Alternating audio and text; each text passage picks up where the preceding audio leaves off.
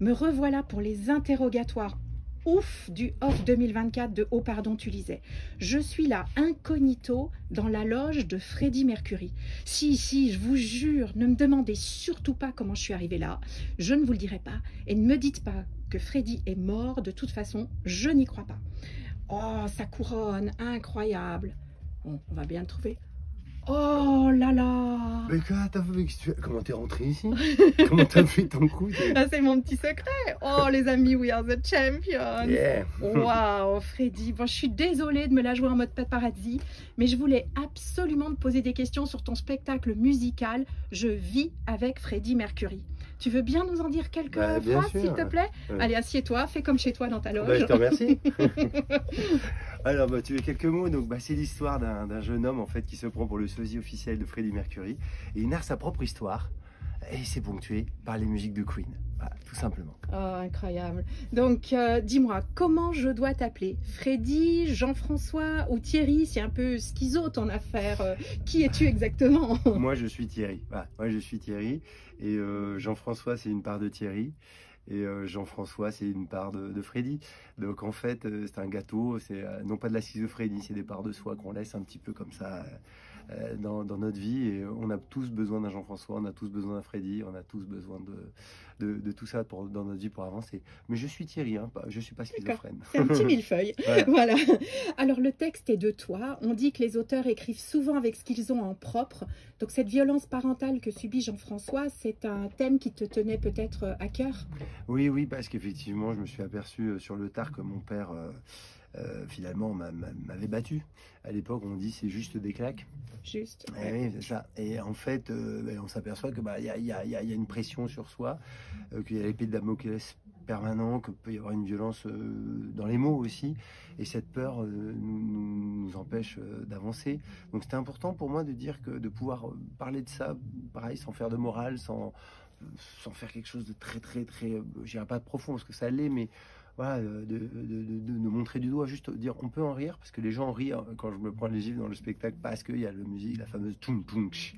Et lorsqu'effectivement il va faire la même chose, Jean-François, là les gens ne rient plus, parce qu'il n'y a plus la musique, et c'est à ce moment-là en fait que ça peut permettre de réaliser à certaines personnes que c'est un sujet important et que ça sert à rien, vaut mieux discuter avec les gens que leur taper dessus en fait. Ça c'est une évidence et c'est vrai que c'est très émouvant dans ton spectacle quand Jean-François se prend les gifles et voilà, et c'est super d'en parler. Donc Jean-François, c'est un peu le sosie de ce héros qui va l'aider à guérir de ses blessures. Être un sosie, c'est quelque chose qui t'inspire depuis longtemps, toi, personnellement? Oui, en fait, avec Anso, mon épouse, qui est à la régie également, qui lance les 300 effets lumière et les 150 sons, c'est la pieuvre. Hein. Eh bien, on regardait des reportages à l'époque et ça nous a toujours interrogé de se dire mais comment c'est possible en fait? Comment c'est possible d'en arriver à un tel point, c'est-à-dire d'être le sosie de Johnny Hallyday, Johnny trompe sa femme, le mec trompe sa femme aussi. C'est un peu à l'instar des parents qui n'arrivent pas à faire quelque chose et dont l'enfant, il pousse l'enfant à faire ça, le piano, le tennis, j'en sais rien, le foot où il y a le père qui gueule auprès sur la ligne de touche en train de dire ah mais ça va pas, enfin il faut faire comme ça. Et là évidemment pour les sosies, on est au paroxysme de ça. Et c'était pour moi très intéressant d'en parler et de se dire, mais pourquoi ces gens ne veulent pas être eux-mêmes, en fait? Qu'est-ce qui fait qu'ils sont si loin d'eux-mêmes? Qu'est-ce qu'ils n'aiment pas chez eux? Et donc, ça allait très bien que la faille que pouvait avoir Jean-François avec son père et ce problème avec son père. Et ouais, bien sûr, et à la fois il le prend comme héros aussi, hein. Comme parle Boris Cyrulnik, qui a fait tout un livre sur les sosies, donc c'est un peu une colonne vertébrale et un ersatz chez Jean-François de ce père absent en fait émotionnellement. C'est un père de substitution, ouais. Et puis c'est un vrai héros, donc je le cite dans le spectacle, certaines phrases de Freddie Mercury qui disait « Je ne serai pas une rockstar, je serai une légende ». Non seulement il a osé le dire, il fallait quand même avoir une sacrée paire de... Hein, mais en plus, il l'a fait. Il l'a fait. Bravo, Freddy. Ton spectacle, donc, il est à la fois sensible, drôle et super dynamique, à l'image des chansons de Queen. Donc, ce qu'on comprend, c'est que tu es fan depuis longtemps et que peut-être tu voulais lui rendre hommage. Ah oui, c'était un hommage et en même temps, donc j'ai découvert la musique de Queen sur le tard. Je la connaissais sans savoir que je la connaissais, à l'instar des musiques classiques. À l'époque, il y avait des CD, je sais pas si tu te souviens, les CD, je n'aime pas la musique classique, mais ça, j'aime ça. Et en fait, j'avais fait un spectacle sur l'homosexualité. Et en fait, j'avais demandé à mon ingénieur son de me trouver les sons. Ça se passait pile poil dans les années 80, parce qu'on s'est dit, ça, il faut vraiment qu'on le mette dans ces années 80, qui était une année avec le sida, tout ça, c'était assez fort et tout. Donc on s'est dit, il faut une bande son vraiment années 80. Et forcément, était sorti on avait une date précise qui sortait par la radio. Je me souviens au début, le son sortait par la radio réveil, il allait dans les baves du théâtre pour qu'on comprenne qu'il y avait enfin, ça faisait l'inverse, hein, les baves du théâtre, puis la radio.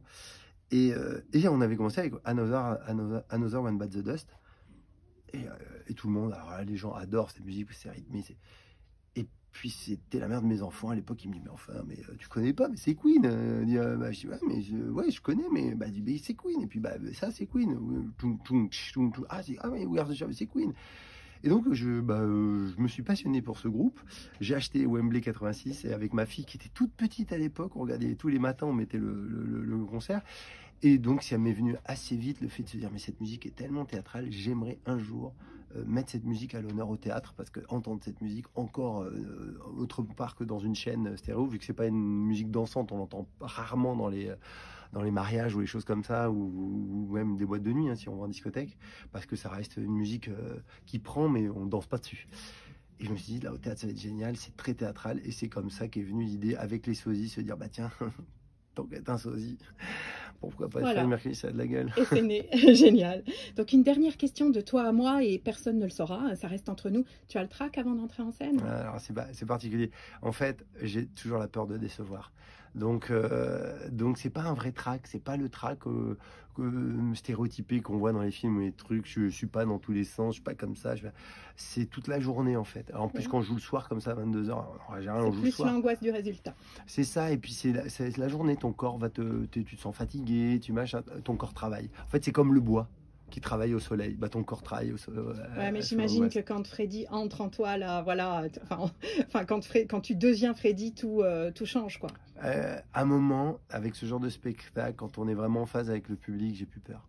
C'est-à-dire, je sais que tout ça me porte et que on arrive trop vite à la fin, malheureusement. L'adrénaline. Bon, bah allez, on répète le lieu et l'horaire pour nos amis de ce spectacle merveilleux, festif et très profond, que surtout, vous ne devez pas louper. Donc, tu nous dis à quelle heure et c'est à où? 22h20 au Luciole jusqu'au 21 juillet, fin du festival. Voilà. Super, bah merci Freddy, et salut et bonne scène. Et salut Kat, hein.